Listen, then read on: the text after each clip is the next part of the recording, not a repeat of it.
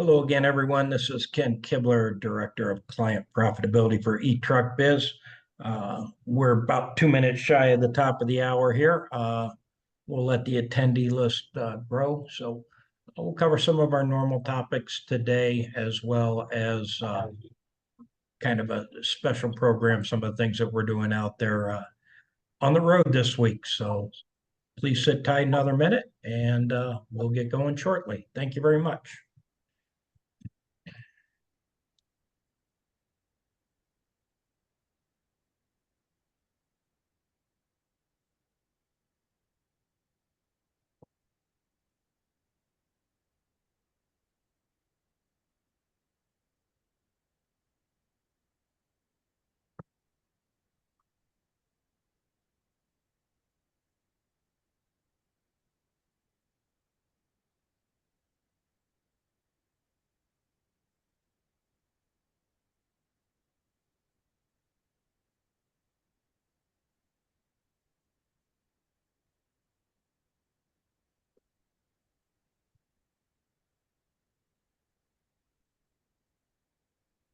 All right, the attendee list looks like it's leveled off.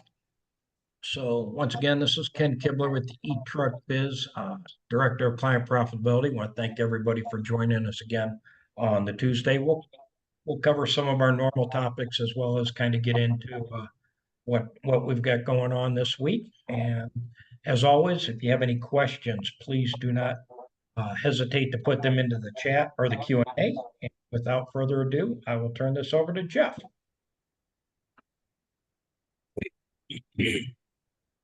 As we always mention, eTruckBiz is not endorsed, sponsored, approved, or otherwise affiliated with FedEx Ground. Want to take a look at the volume, see what's going on out there. So there's a pretty decent hanging in there as far as pickup stops go and pickup volume. Looks like it's hanging in there. That's good, or actually doing better than last week. Really good. About the delivery side, well, the volume's wasn't really coming off the trailers. Looks like it was coming off the vans, but stops are down a little bit. Of course, packages down a little bit, but still pretty healthy above the trend line. That's good.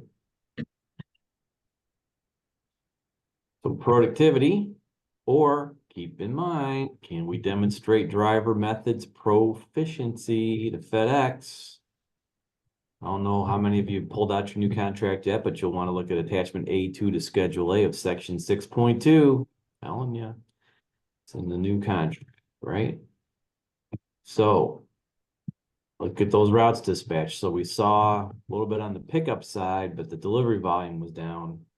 Routes hung in there and not so good there. Stops per dispatch were down last week. Again, not a real good thing. So we just want to ask you a question. Do you know how many stops per dispatch you have out there today? And I don't know if we got this ready to go or not. Do we have a poll question ready to go, folks? We do. We do it. Outstanding. Let's see if we can do that. There you go. The question is, how many stops per dispatch do you have out on the road right now? How many of you can answer that question?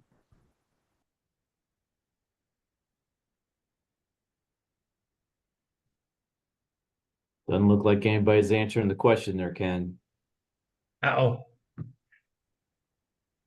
I know that answer for where I am today. Oh, there we go. A brave soul has answered. Tried to answer. There we go.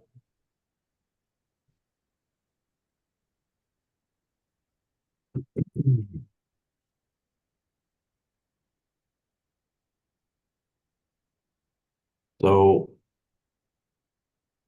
we're just trying to point something out here, right? Can we answer that question? So I guess that's it. 4 of 23 even tried, Ken. Even tried. So what do? Hit stop sharing? I guess I do that, share results. Oh, I have no idea. What happens if I hit share result? Stop sharing. So anyway, can you send it back to my screen? Yeah, I'll hit. There you go. That should be off. Okay, can you see that? Yes. All right. So the question was, how many stops do you have out there today? Folks, that's what it's all about. You have to know. Or if you don't know, you better be pretty darn close to what it is, right? And then where do you get that information? We're going to cover that here in a little bit. So let's look at some of the news. So welcome to FedEx Corporation. It appears that Network 2.0 is still plugging on, and here's some evidence of that. So if there's anybody on here from the Carolinas, you know that there's news out there. 69 workers in Conover are about to get laid off. Global shipping company FedEx Express plans to lay off 69 workers at a facility in Conover, according to a filing with the North Carolina Department of Commerce. The layoffs will begin September 3rd. This will result in the layoff of 66 couriers and 3 managers. The affected employees at the location are not part of a union and no bumping rights exist. I don't know what bumping rights are. I've been doing this for 35 years and I don't know what bumping rights are. That means they could bid on other routes if their facility closed, they could go to another facility and bid on a route. If you were in a union environment. So they want to make it sound like everything's bad. Decisions are not made lightly. Oh my gosh, big bad FedEx. Oops. In February, FedEx Ground's new 259,000 square foot facility began operation at Wilson County's campus and wherever on Industrial Park. It's expected to have 200 employees. Ooh. It also recently opened a 340,000 square foot facility at the Triangle Innovation Point in New Hill. So closing one down and moving stuff around to some other facilities. It's also something else happening next week. FedEx will report earnings. This will be for the last fiscal year. So Wall Street expects earnings growth. Right? Wall Street expects a year-over-year increase in earnings on higher revenues when FedEx reports results for the quarter ended May 2024. While this widely known consensus outlook is important, engaging the company's earnings picture, a powerful factor that could impact its near-term stock price is how the actual results compare to these estimates. So they're looking for 534 a share in the upcoming report, which represents, now this is the important, which represents a year-over-year change of 8.1%. What? 8.1%. Pretty damn strong. They say the revenues are up a little bit, which when we look at the volume, we see that trend going the right way. So that's probably going to be right. So what this all kind of means is the wheels of change are continuing to grind. And as they do, many CSPs are starting to realize that they need to initiate change in their businesses. Right? So what we're trying to say here is we're getting more and more folks contacting us and asking us, hey, what are other people doing to deal with some of the things that are changing? How would we go about doing this? You know, what do we do? And the thing is, you don't just make snap changes. There needs to be some sort of method to this, right? In order to take advantage of the situation. So, of course, we here at eTruck Biz are here to help. And we'd like to share with you an effective change management methodology that has proven to be successful in the past. So we want to share with you some of the steps to make it easier, in a big picture way. What are some steps that you can take to make change easier. But first, as you think about change, it's important to keep the goals you have for your organization in mind. So, as most of you know who have followed us for a long time, we want to know, and this is why we did this for years and years, are you running a company or is it a lifestyle business? It matters now. Before it was just an idea, but now it matters. Do you have a detailed budget and a financial plan? If not, how do you know where you are going and why you should adapt to change? So what we're finding as we get better at trying to help you with this, we're finding that most people don't have a budget. They don't have really a financial plan. We're just kind of winging it, right?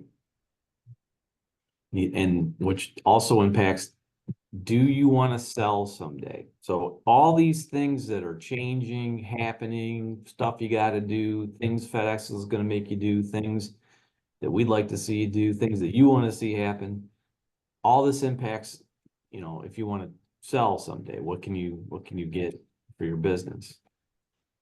So you also want to evaluate what kind of culture you currently have.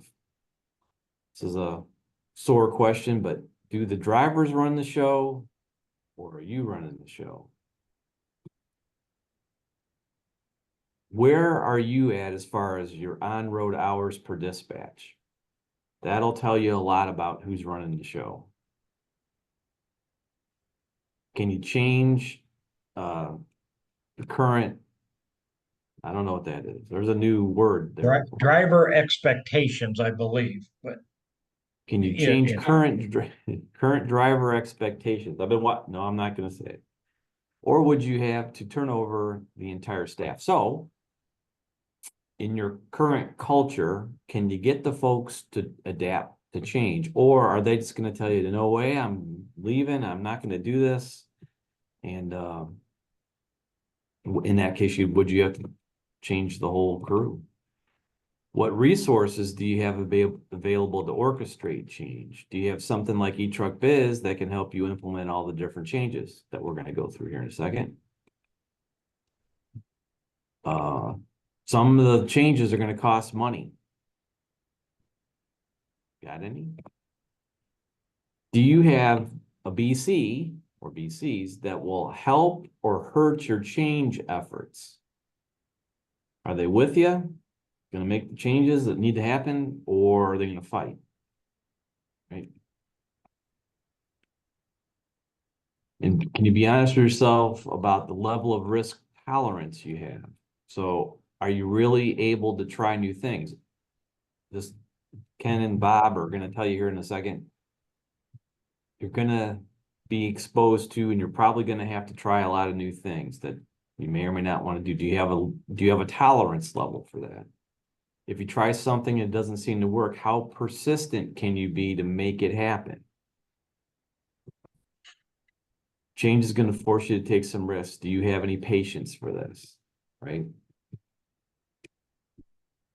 So in order to enter the new world of Network 2.0, we recommend the following steps.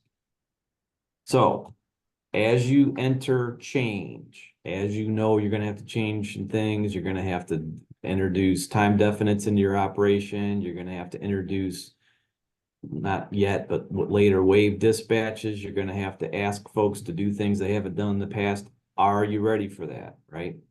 The first thing you do before you change anything is you have to make sure that you got a stable of driver recruits, right? First thing you do. Always start a regimented recruiting process at least a month before you're ready to start implementing change. That goes for those of you, there's I'm sure some folks that are going to be new to the business here on this particular call. We always tell new folks to get started recruiting before you get started with the business. And a lot of people don't understand that. They're like, well, that doesn't make any sense. I'm not running the business yet. Why do I have to recruit drivers? Because when you take over an operation, you'll likely lose drivers, and you don't want to find that out the hard way the first week you get started, right?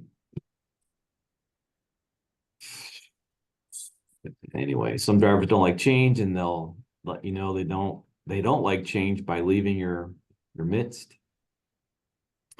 And then, like we said, drivers will likely be more cooperative if they know they can be replaced. Right? So we can help you with that with our recruiting service. So the whole thing about driver recruiting, that puts you in a position to be ready for whatever happens next. You should never, ever, ever, ever, this is pro tip, don't get caught without having any drivers in the recruiting pipeline. That leads to trouble every time. The next thing, as you start to implement change for Network 2.0, we recruited drivers and whatnot. We also want to then look at our DRO and route engineering, our routes, where we're at with that whole process. And it says many operations are only as good as the level of expertise of the person who handles the DRO program. There should always be more than one person that can do it. That's another thing. Here's another pro tip. Don't just have one person that handles your DRO. At a minimum, you owners and those guys on here that are multiple BC operations can't just let one person have the reins of the DRO. You got to have more than one person knows how to do that. Also, as you implement change, and as Bob and Ken are going to tell you here in a second, I hope, a lot of times as these time definites come in, or even before, or if we're struggling with profitability, paying the bills, we want to look at re-engineering actually an entire area and learn what dynamic anchors are, right? Let's see if that's being used properly. So the next thing, and a lot of people don't know this, when you come up with a DRO plan, that plan not only goes to FedEx, but it goes into our system, eRoute, so that you can follow along with the plan that you made. You can watch it as it unfolds and as it happens. So once the optimized plan has been developed, automatically send the plan and all of its details to what we call the boss, and eRoute, which is what the drivers would use to execute the plan via an API for analysis and monitoring. Very, very important. This is kind of a new concept here. Yes, there's been routing software and everything, but to have everything flow together, you have to do this. So you work on the DRO. You can use the systems and whatnot to make sure that you have a balanced and proper dispatch. Drivers use eRoute to get it done. And the BCs, AOs, use the boss and the Optics app to monitor the situation.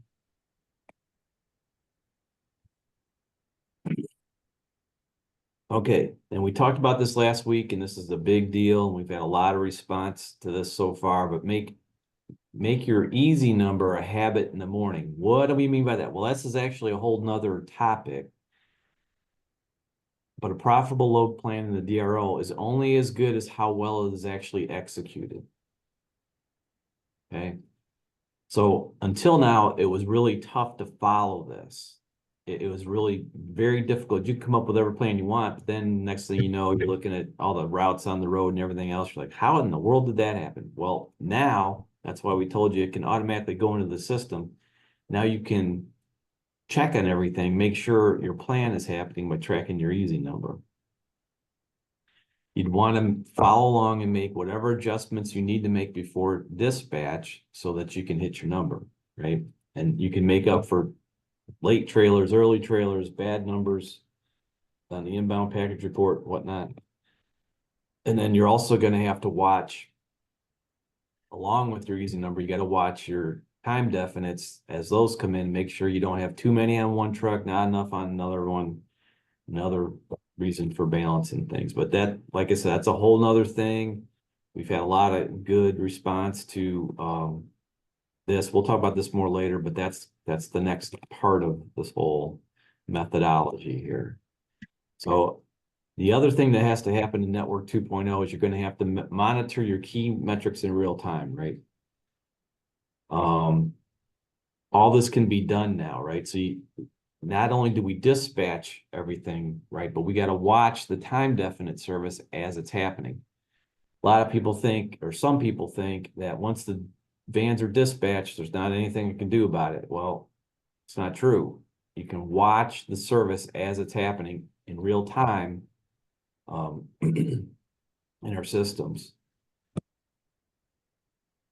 Along with that, we can also monitor in real time the cost per stop.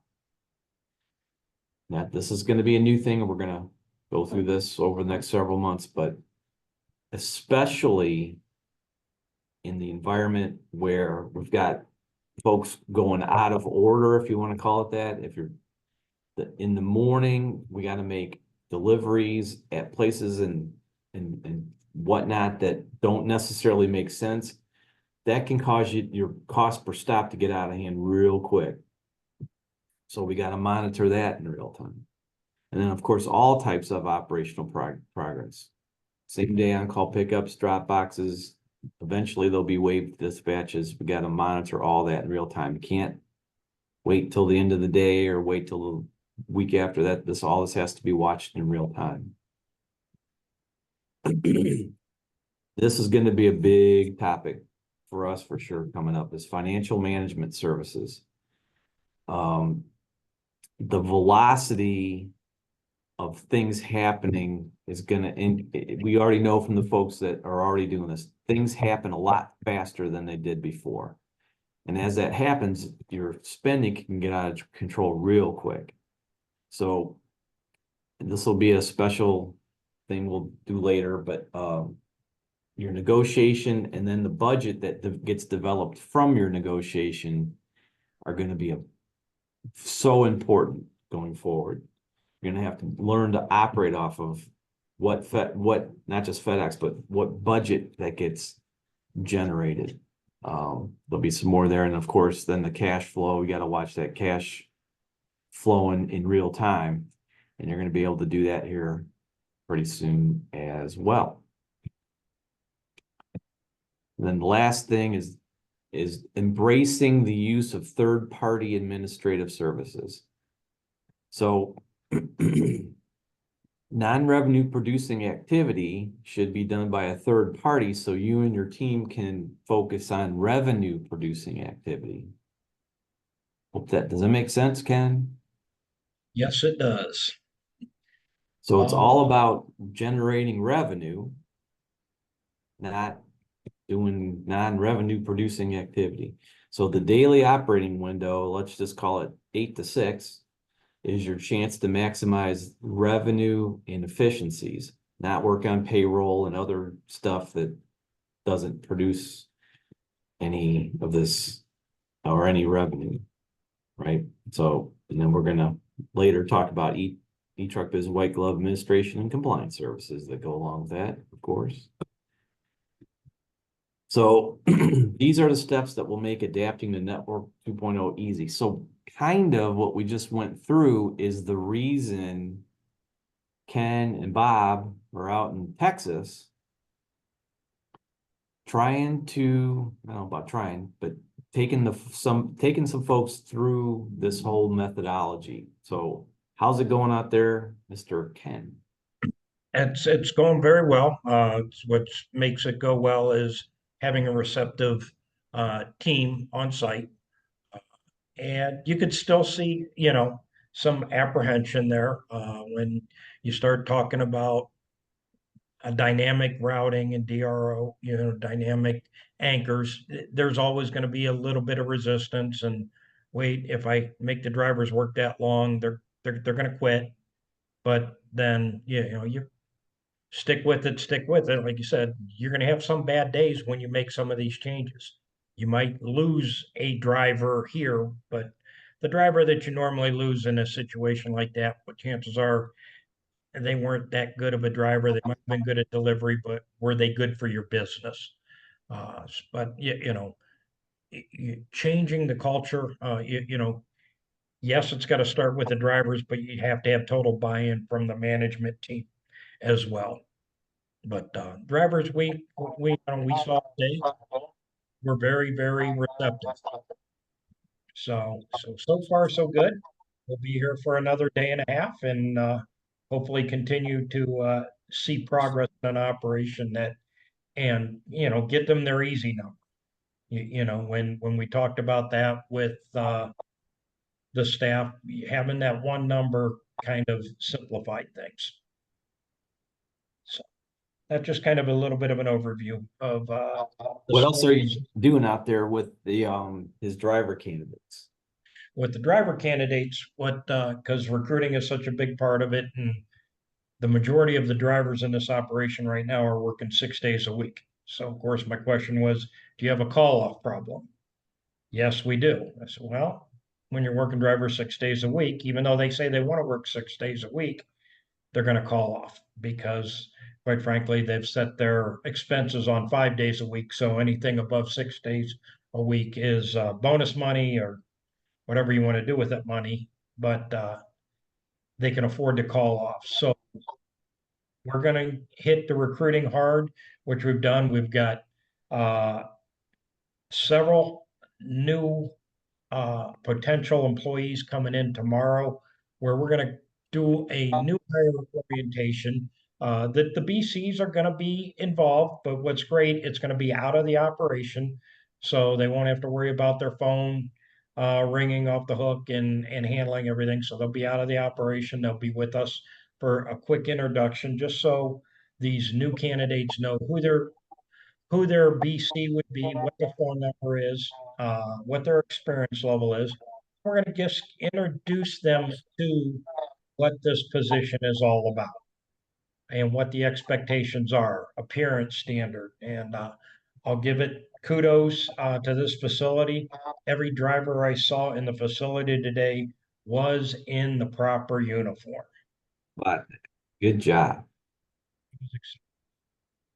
So, setting expectations, touching on the methods just a little bit, because as we were talking to existing drivers, told them what we were doing, they were both excited. They thought that was a really good idea because they both said how intimidating it was when they walked into that building the first time. And the one woman given the most input had been there 10 years. She just said, "Hey, these new hires, they get intimidated." I remember when I started, and the other girl had been there just a little over a year and swing driver. But she was saying, with all the technology that you guys have and how it can make their job easier, it's very good that they're going to get that before they even hit the dock and get inside a truck. So that's tomorrow's plan. Cool. Cool. So all those things we just talked about, we're taking some folks through that whole methodology, what it is. We have to teach what we're talking about here. The boys are out there doing it right now. So if any of you out there have any questions about how maybe those guys, any of us can come out to help you with in the same way we're helping some folks out there. Where are you at? Amarillo, Texas? Amarillo, Texas. Fantastic. Not afraid to go to Texas, there, Ken. We'll help you out. So just curious if anybody's got any questions about anything this week. I have a question. Why isn't Amarillo the Windy City? Because this wind is blowing strong here, that's for sure. Wow. I don't But know. as Jeff said, it is a work in process. All work is a process, and there's methods behind it to get you to where you need to be. About a month ago, we listened to John Speed. He knew he had that easy number, but it just didn't happen overnight.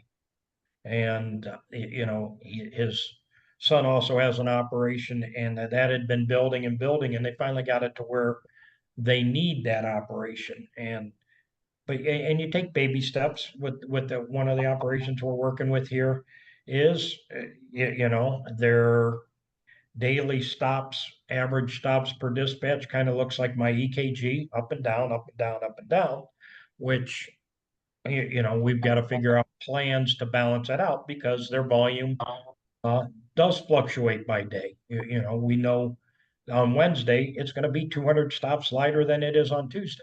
So do we run the same load plan? No. What do? We make an adjustment. So, and they were, as I said, the team was very, very receptive to it. Uh, and they've already had good results with those number of routes before. So I know they're going to be successful. And they moved work around on the drivers already, but it's going to be a process to continue. And especially drivers, they want to know what's happening with these express stops. What's this going to do to their operation? And supposedly they have a big meeting here on Friday. So I think they'll start to see some introduction to them. So I think if you could start to say, hey, we don't know when it's going to happen, but this is going to happen. And that starts the process. And as I said, 80 to 90% of your drivers are receptive. You know what? 10 to 20% are not going to be receptive. And that's why you want to start recruiting. And that's step one in the entire process. So, Bob, do you have anything to add about today I might have missed? Yeah, just a couple things. Looking at the dynamic anchors, you could tell it was, something they hadn't even looked at before. And we sat down and went through it, and I'm like, is this something that could work for your company? And I didn't get any. No, this is stupid. This won't work. We're looking at anchors and how to switch them from one route to another.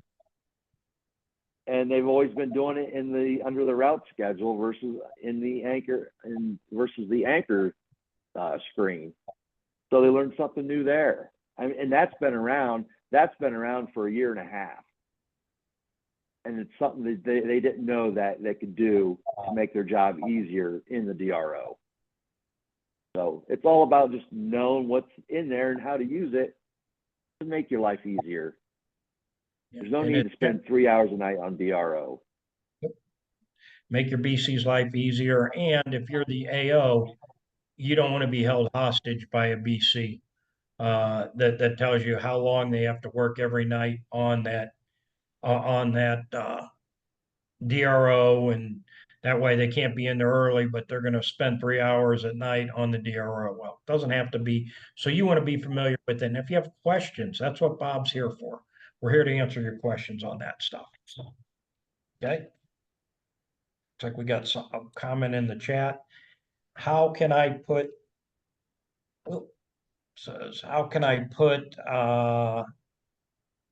my routes dynamic? So how do you implement the dynamic DRO, Bob? That's in the route schedule screen.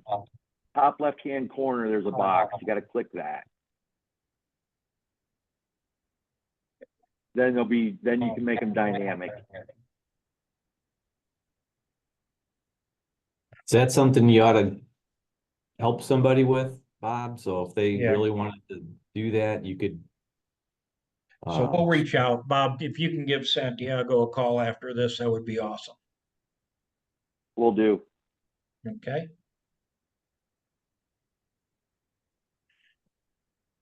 Any other questions? We're trying to make this transition to Network 2.0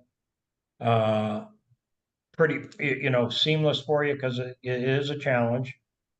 So we definitely working through the process, and some of the stuff that we're doing out here, we're going to learn and we're going to adjust, and we'll be happy to bring it to you.